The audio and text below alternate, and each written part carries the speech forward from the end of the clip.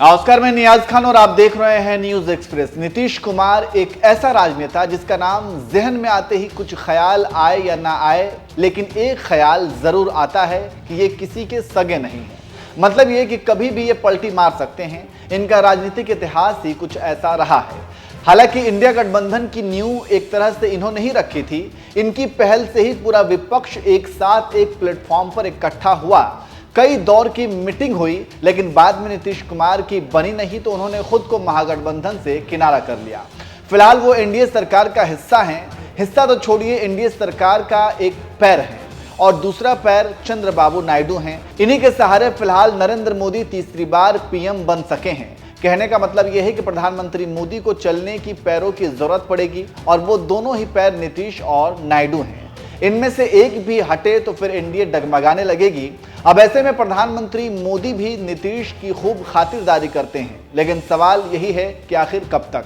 केंद्र में सरकार बने अभी तो 6 महीने भी नहीं हुए, लेकिन राजनीतिक विश्लेषकों का मानना है कि प्रधानमंत्री मोदी और नीतीश कुमार के बीच कई मुद्दों पर मतभेद हैं।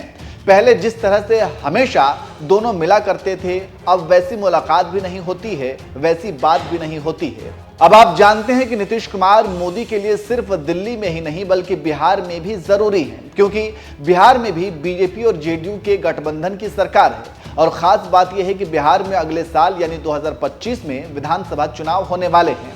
अब ऐसे में राजनीतिक बयानबाजी अभी से ही शुरू हो गई है और इसी बीच महागठबंधन की तरफ से नीतीश कुमार को एक बड़ा ऑफर मिला है और वो ये ऑफर देने वाले आरजेडी विधायक मुकेश रोशन हैं। उन्होंने नीतीश को खुला ऑफर दे दिया और कह दिया कि नीतीश कुमार महागठबंधन में आए, हम लोग उनका स्वागत करेंगे। दरअसल आरजेडी विधायक ने कहा, भगवान से प्रार्थना करते हैं कि नीतीश कुमार को सद्बुद्धि दें, भोले बाबा उनके ऊपर कुछ जंतर मंतर फेंकें, उनके ऊपर कुछ असर हो कि फिर से महागठबंधन परिवार में आए। भाजपा जो इनको ठगने का काम किया है वो इसको छोड़ने का काम करें। बिहार के विकास के लिए नीतीश कुमार पुनः महागठबंधन में आए, हम लोग उनका स्वागत करेंगे।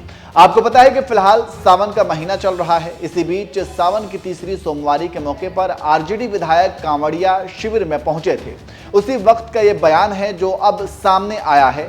आपको बता दें कि अगले साल 2025 में बिहार विधानसभा का चुनाव होने वाला है। कुछ महीने अभी बचे हुए हैं। बीजेपी और जेडीयू के नेता लगातार बयान भी दे रहे हैं कि 2025 में एनडीए की सरकार बनेगी, सीटें बढ़ेंगी। इस बीच आरजेडी की ओर से इस तरीके का आया बयान एनडीए में टेंशन बढ़ा सकता है। सबसे बड़ा सवाल उठ रहा है कि चुनाव से पहले इस तरीके के ऑफर से क्या बिहार में राजनीतिक संकट खड़ा हो सकता है या फिर नीतीश कुमार क्या फिर से पलटी मार सकते हैं। ऐसे कई सवाल उठ रहे हैं। वैसे आपको क्या लगता है, नीतीश कुमार को लेकर आप क्या सोचते हैं, कमेंट करके जरूर बताएं।